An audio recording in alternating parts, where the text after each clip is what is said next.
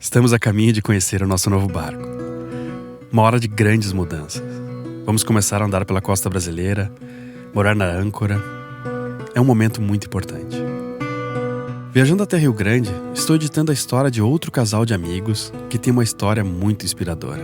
Eu sempre trabalhei com a parte de manutenção, concessionária, foi o que eu me dediquei a vida inteira, assim. Comecei montando móveis quando o homem podia trabalhar, né? Com 14 anos eu montava móveis em Curitiba. Aí teve uma proposta de ir para uma concessionária trabalhar com eletricidade de carro. E dentro da concessionária eu passei em tudo que é departamento, garantia, consultoria técnica. Então o pós-venda para mim foi a vida. Puta pepino, né? Os caras vendiam os sonhos lá quando vende o carro zero e a gente administrava as frustrações. Conheci o Jack trabalhando com manutenção de veleiros na Wind Charter, ainda em Paraty. E a Angelita é tatuadora. Fazem 2 anos que eles moram em um veleiro. 17? 16, 17. Eu era menor de idade, me lembro disso. Eu também era menor de idade, mas tinha empresa, tinha carro, andava, fazia negócio, né? A vida era uma loucura. E daí a partir dali nós não conseguimos se separar mais, né? Ela era noiva, eu era um maluqueiro total, assim. Tinha banda, arruaceira, e motoclube, e andava de moto, e bicicleta, e skate. E aí foi chocante, né? Ela era noiva do cara que era o líder da Ecumênico lá, assim.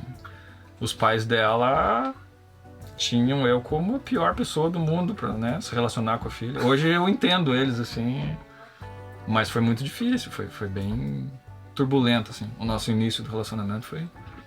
Que daí até todo mundo entender que ela tava, né, que a gente se gostava mesmo, assim. Aí foi virando uma loucura. A gente não se largou mais, assim. Aí a gente decidiu ir morar junto, que era a solução do nosso problema, porque como não tinha uma aceitação dos meus pais, enfim. Muito forçado, foi bem... Aí a gente foi morar juntos e decidiu surgiu uma oportunidade de a gente ir morar em Florianópolis. E ali a gente ele foi lá trabalhar numa empresa de multimarcas e tal. Aquelas 2 crianças que achavam que sabia tudo sobre o mundo, assim, começou ali. Aí eu lembro a minha mãe arrumando nossas coisas, tudo que a gente tinha, né? Era 2 pratos, 1 pano de prato, 2 joguinhos de talher, 2 copos, amarrado no pano de prato, que era a nossa mesa. A gente estendia no chão e comia ali. Por sorte, a casa que o cara alugou pra gente em Florianópolis tinha chuveiro. Daí a gente ia tomar banho e lavava os pratos. E daí voltava. No começo a gente não tinha se programado, se planejado de casar, vamos fazer um jogo de panela. Só, né? Cada dia... Porque tu conseguiu um emprego, aí o cara alugou uma casa. Eu trabalhava já numa oficina multimarcas de importados, assim, já tinha trabalhado em concessionária. E a gente tava alucinado que queria ir morar numa praia, queria ir pro litoral, e tava vendo terreno, e camping e coisa. E aí um dia um outro colega, assim, entrou na oficina que trabalhava muito bem, assim, falou, me falaram que se eu fizesse uma proposta pra você ir pra Florianópolis, você iria. Eu nem perguntei o que era pra fazer. Eu falei, não, vamos, pronto. A oportunidade de ir pra praia, né? Que a gente e aí começou a loucura. Isso. A 20... Não sei, faz tempo. Mas os meus pais hoje, que fique bem claro, tem ele como filho, assim, tem um amor igual. Foi muito de um bom, filho. né? Eu tive uma infância com o meu pai, assim, bem legal, né? Ele veio já, ficou no barco aí com a gente um tempo, voltou chocado, assim,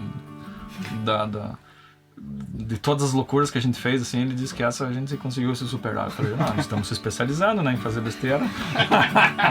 Cara, mas eu acho que tem muita gente que tem essa sede que vocês tinham, cara, queria morar numa praia, queria morar numa fazenda, não sei. E existem várias coisas que você pode fazer a respeito disso, né, assim, de morar num lugar diferente, que te inspira.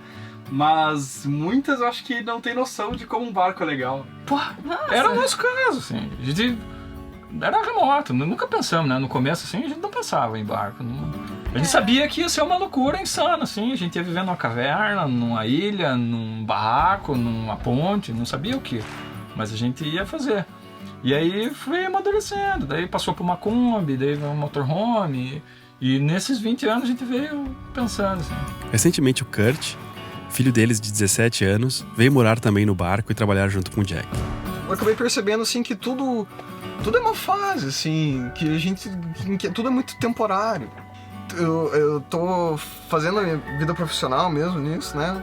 Eu trabalho junto com meu pai na nossa empresa, né? Com certos barcos, tudo, na oficina.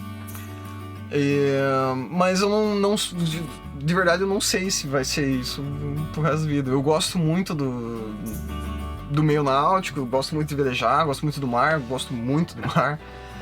mas eu gosto muito de rally, eu gosto muito de Fórmula 1, eu gosto muito de arrancada, eu gosto de preparar motor, essas coisas que eu ainda quero ver, que eu ainda quero curtir esse rolê, assim.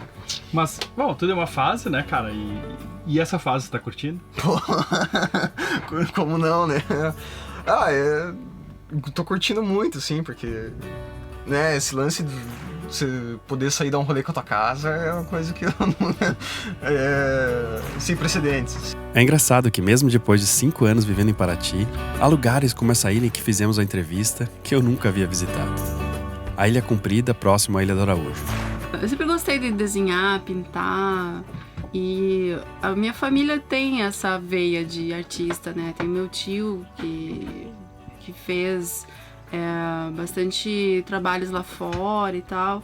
E quando ele veio embora pro Brasil, ele sentiu necessidade de continuar com a arte, né? Então ele começou a tatuar.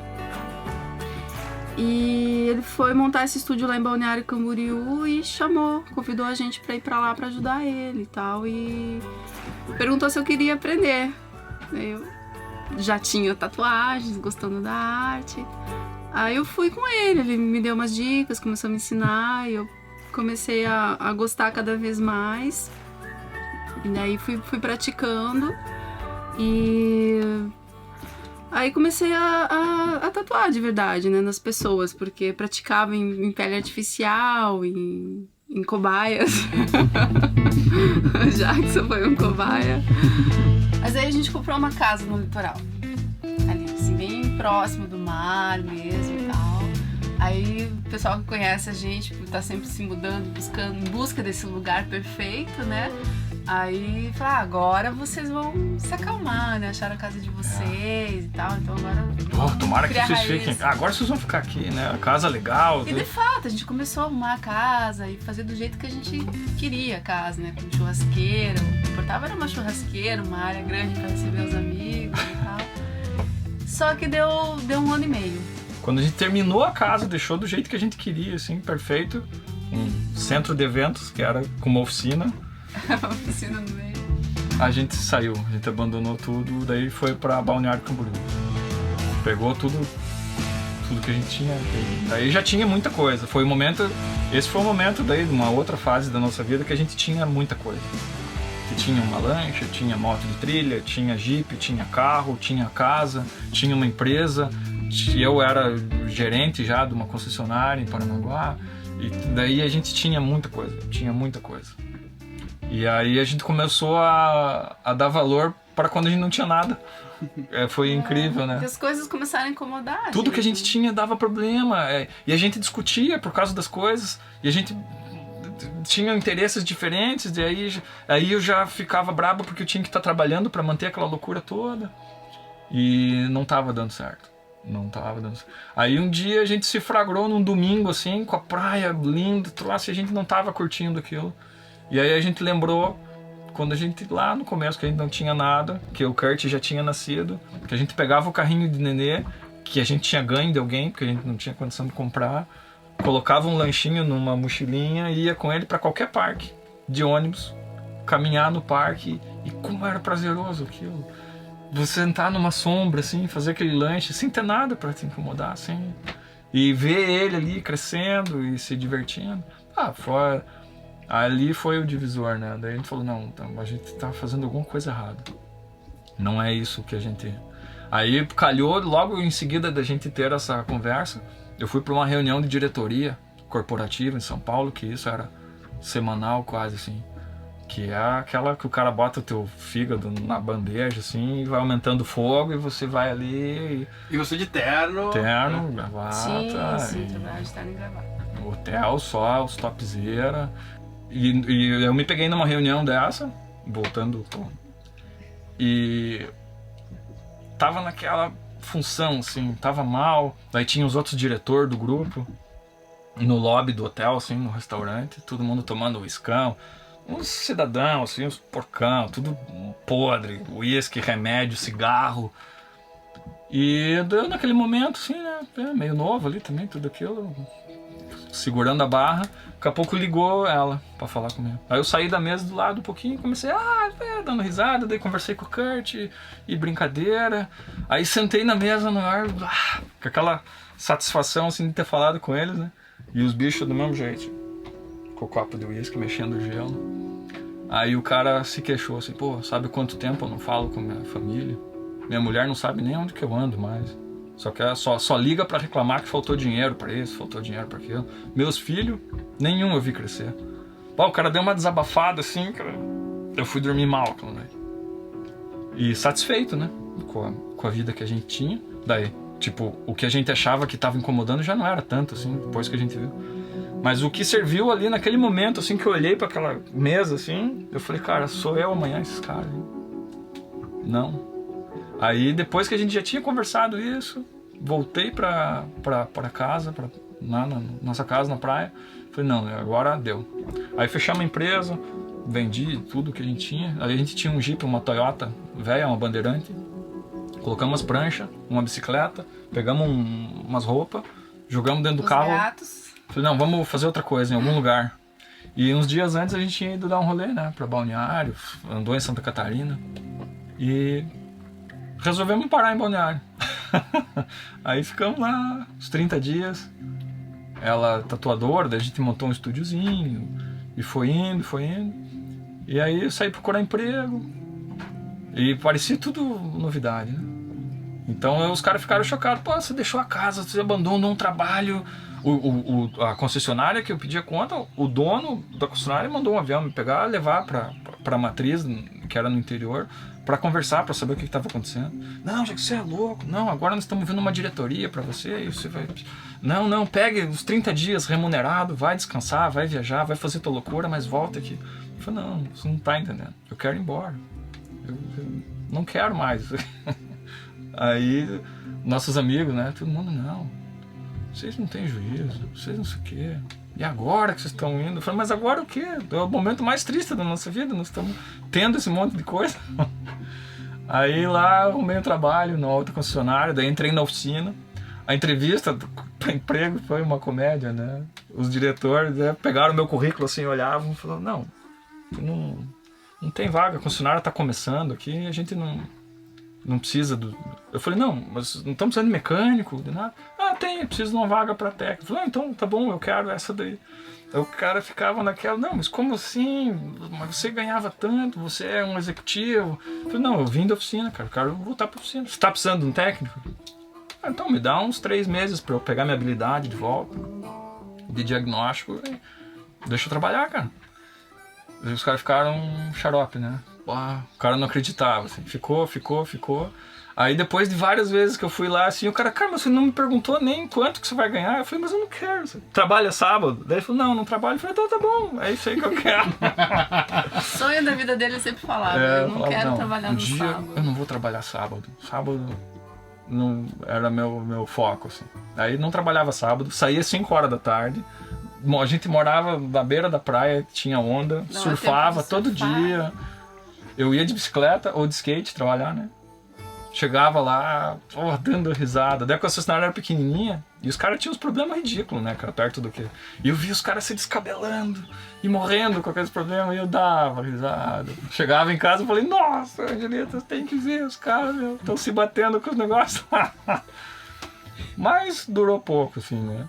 Logo eles vieram e me botaram na função, eu comecei a acumular, daí quando eu vi já estava chefe da oficina, quando eu vi já estava não sei o quê, quando eu vi estava gerente, e quando eu vi me mudaram para uma matriz maior em Florianópolis, e aí chegou nesse ponto de novo. Não, hoje tá ruim isso aqui.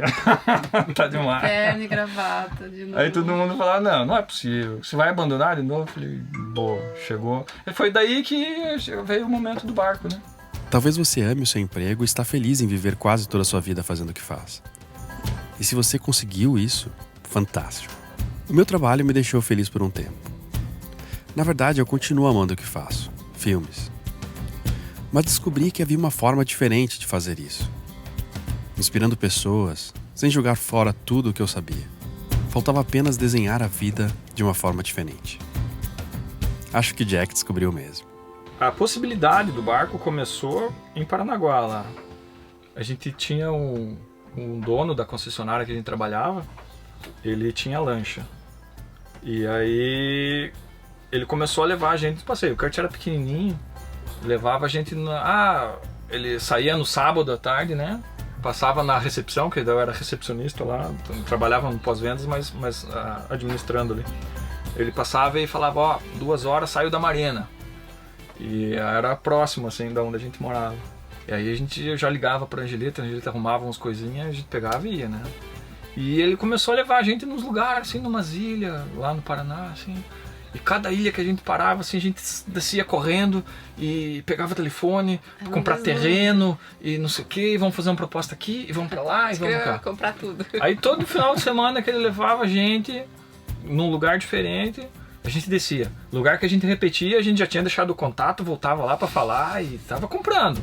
A gente queria... Pensando na nossa... sonho, né? Pensando na nossa... nesse projeto nosso de envelhecer em algum lugar. Aí uma volta, assim, nós tudo bebaço, assim, a gente voltando pro continente. Ele olhou, assim, pra gente, olhou bem. Falou, olha, vocês são muito loucos. Vocês não podem comprar nada em lugar nenhum, vocês não vão parar nunca. Daí a gente meio que tomou um choque, assim, né? Pô, por que ele tá falando isso? Falou, compra um bom barco, velho. Um bom barco, vocês vão estar em qualquer praia. Todos esses lugares que eu levei vocês vão estar a hora que vocês quiserem. E vocês voltam pra casa. Não adianta vocês comprar terreno que vocês não vão parar. Vocês são loucos. Aí a gente voltou pra casa pensando, pô, que velho, né, cara? Nossa, falou. Ele fez eu reformar a lancha inteira, pintar e não sei o que. Tava chato, exigente, assim. Exigia, ele pedia. Aí levei o motor pra casa, né? Ficamos com o motor, que eu tava reformando o motor, arrumando chicote e coisa. E ele exigente, queria do melhor, e pagando e comprando coisa, tudo que ele queria que eu pedisse. Aí chegou, depois que ela tava prontinha, linda, toda pintada, né? Coisa mais querida, ficou maravilhoso, assim. A carreta reformando. Ele, bom, então agora você vê como é que você quer me pagar. E aí arrumou a lancha pra gente, assim.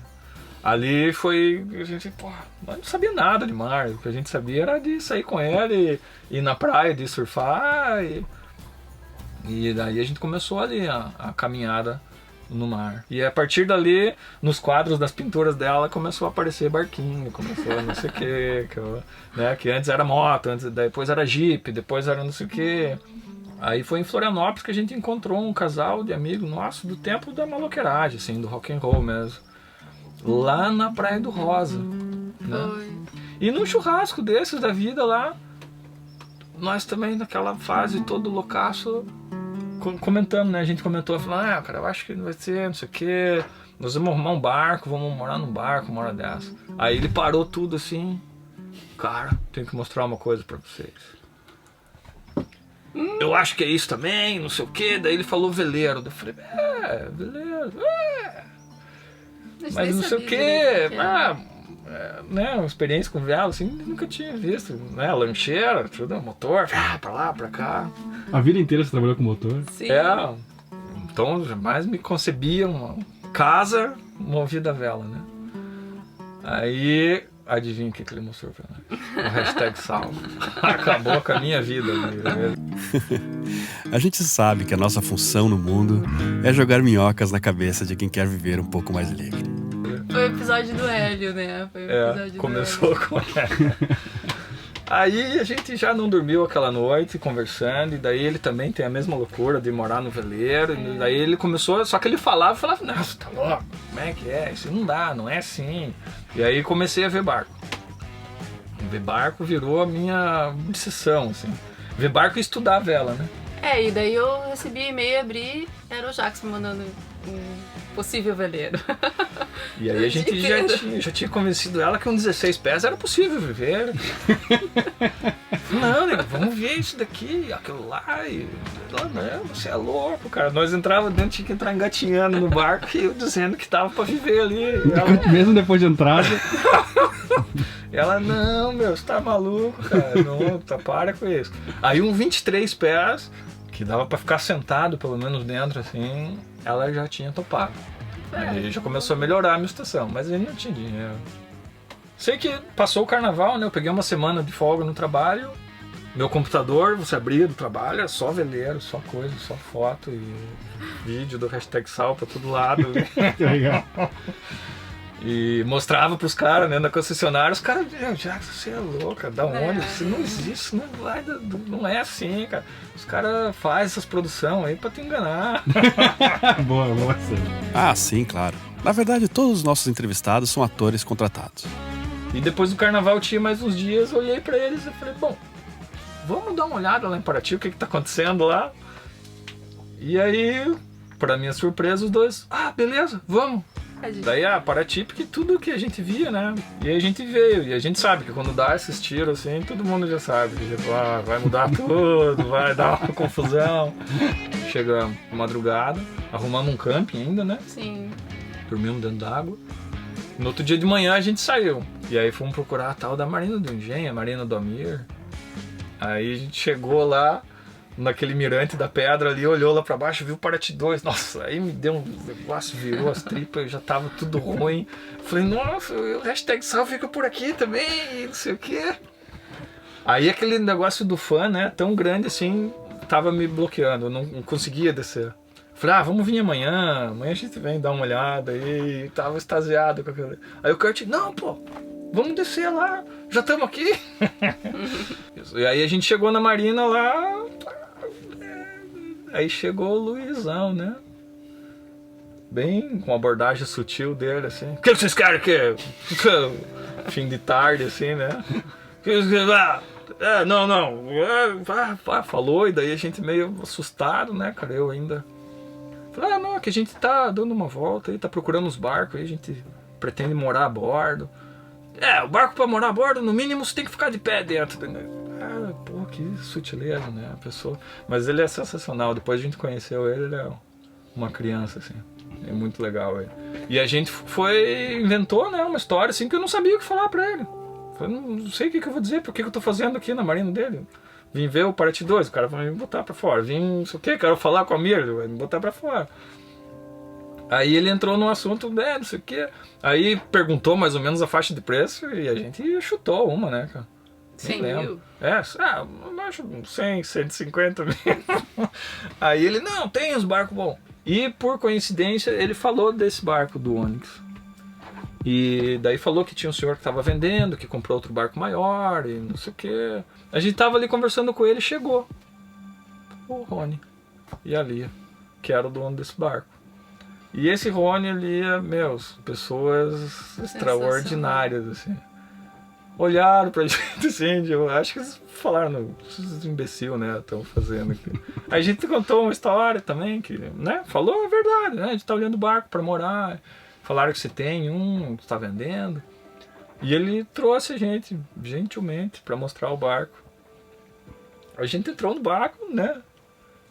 Ficamos de pé, a gente se olhava assim, nós nunca tinha entrado num veleiro. Assim, Isso. Nossa, mas a gente já se olhava assim e falava, jamais, né, cara? Um barco desse aqui, daqui, sei lá, 40 anos nós vamos conseguir ter. Não tinha noção, assim. E mostrou o motor, tudo novo. Eu falei, nossa, Kurt, olha aqui, cara. E a gente se olhava e não vai ser possível. Nossa, anos-luz, né? Aí a gente viu, né, mandou a real, a gente tá vendo, mas vamos dar mais umas olhadas, assim, tipo, pra deixar ele mais à vontade, não dá? E ele convidou a gente pra velejar, né? Indiferente do negócio, amanhã eu preciso sair com esse barco pra movimentar ele, vocês são nossos convidados, venham velejar. Se vocês conhecem melhor o barco, dão uma pensada. Aí falei, vamos velejar amanhã, né? Trocar de barco é sempre algo muito intenso. Ao mesmo tempo que eu estou indo conhecer o nosso novo veleiro, tenho que cuidar do Brutus, que ficou em Paraty e só vou entregar em junho. Por isso falei com o Rafael e a Bruna, que pintaram o Brutus recentemente e vem ajudando a cuidar dele nos últimos meses. E quando o barco fica parado, exige ainda mais cuidado. Bom, o principal é o fundo, porque o barco vai estar parado, o barco não vai estar em movimento, então a craca ela vai criar bem mais, e ainda mais aqui em Paraty que a água é quente, então dá bastante craca. E as manutenções, deixar o barco sempre estar no barco, mesmo que o proprietário não esteja, mas você todo dia estando no barco, pelo menos para abrir o barco, pra entrar um ar no barco, né, para não ficar sempre fechado. Mas o principal mesmo é o fundo, cara. Sempre, pelo menos em 15 dias, você tem que cair na água para poder limpar. E como é que é a limpeza do fundo? Então, depende muito da tinta que está no barco. Tá? Se for uma tinta um pouco mais dura, você pode limpar com uma espátula, mas não muito agressivo, tá? De leve, só para tirar a craca mesmo. E eu costumo usar, quando a tinta é dura, uma bucha de Scott Brite.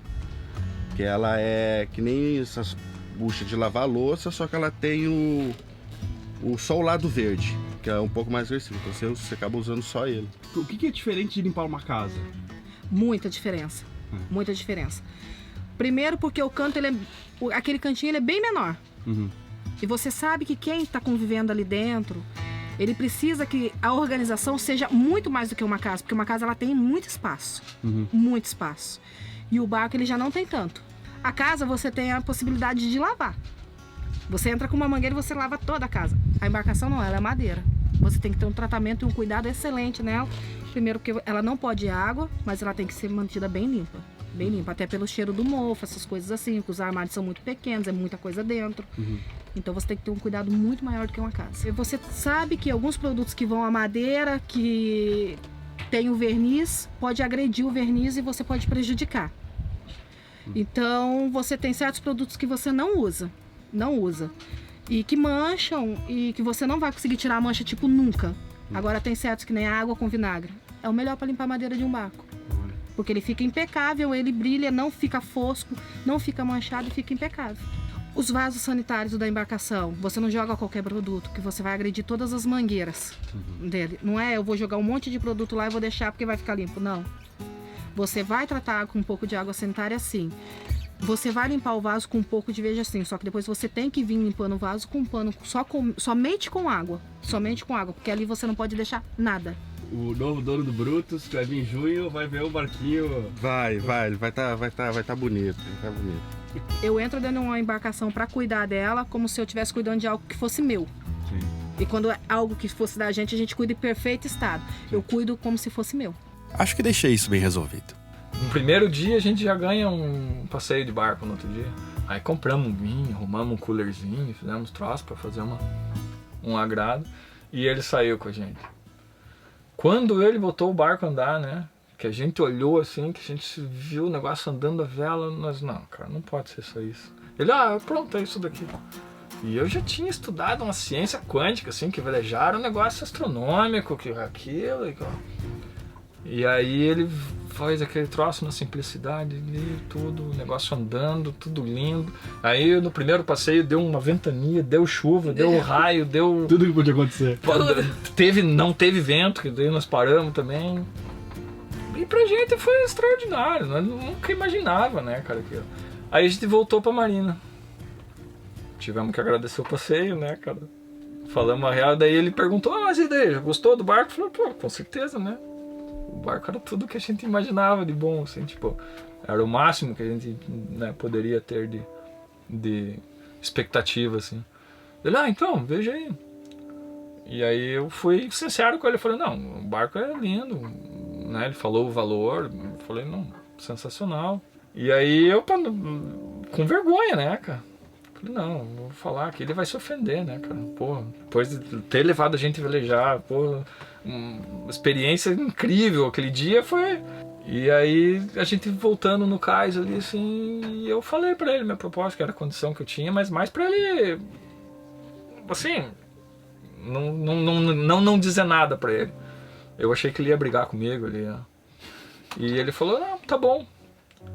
Nesse momento eu quase caí na água, né? E ele, não, tá bom. E aí expliquei pra ele tudo de novo, a condição, olha, é assim, eu te falei isso, você tem certeza? Não, poxa, por quê? Tá ruim pra você? Quer ver de uma outra forma? Aí eu entrei no carro, ele já tava dentro do carro, falei, bom, a gente comprou um barco. Simples assim. E voltou pro camping, né, cara, chovendo que tava, e aí não dormi de novo, né, já era quarta noite que eu não dormia. Deu um medinho ou não? Medinho, cara, eu tava apavorado, não sabia o que fazer. E a gente foi embora com o barco em Paraty. Aí acabou com a nossa vida, né? De novo, assim. Não, a gente... Porque assim, a gente chegou em Florianópolis, daí tá.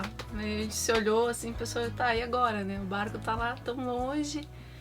E a gente aqui, e agora? E ele lá, com aquele ritual da gravata, né? Apertando a gravata todo dia. Continuou, daí a gente voltou, a vida seguiu, né? Que a gente tava naquela. E eu me lembrei que um dia ele falou assim pra mim, olha, um dia que a gente for morar no barco, eu vou cozinhar e lavar roupa. Ele falou isso pra mim. Eu falei, lembra que você me falou tal coisa? Então, né? Acho que agora tá chegando o momento.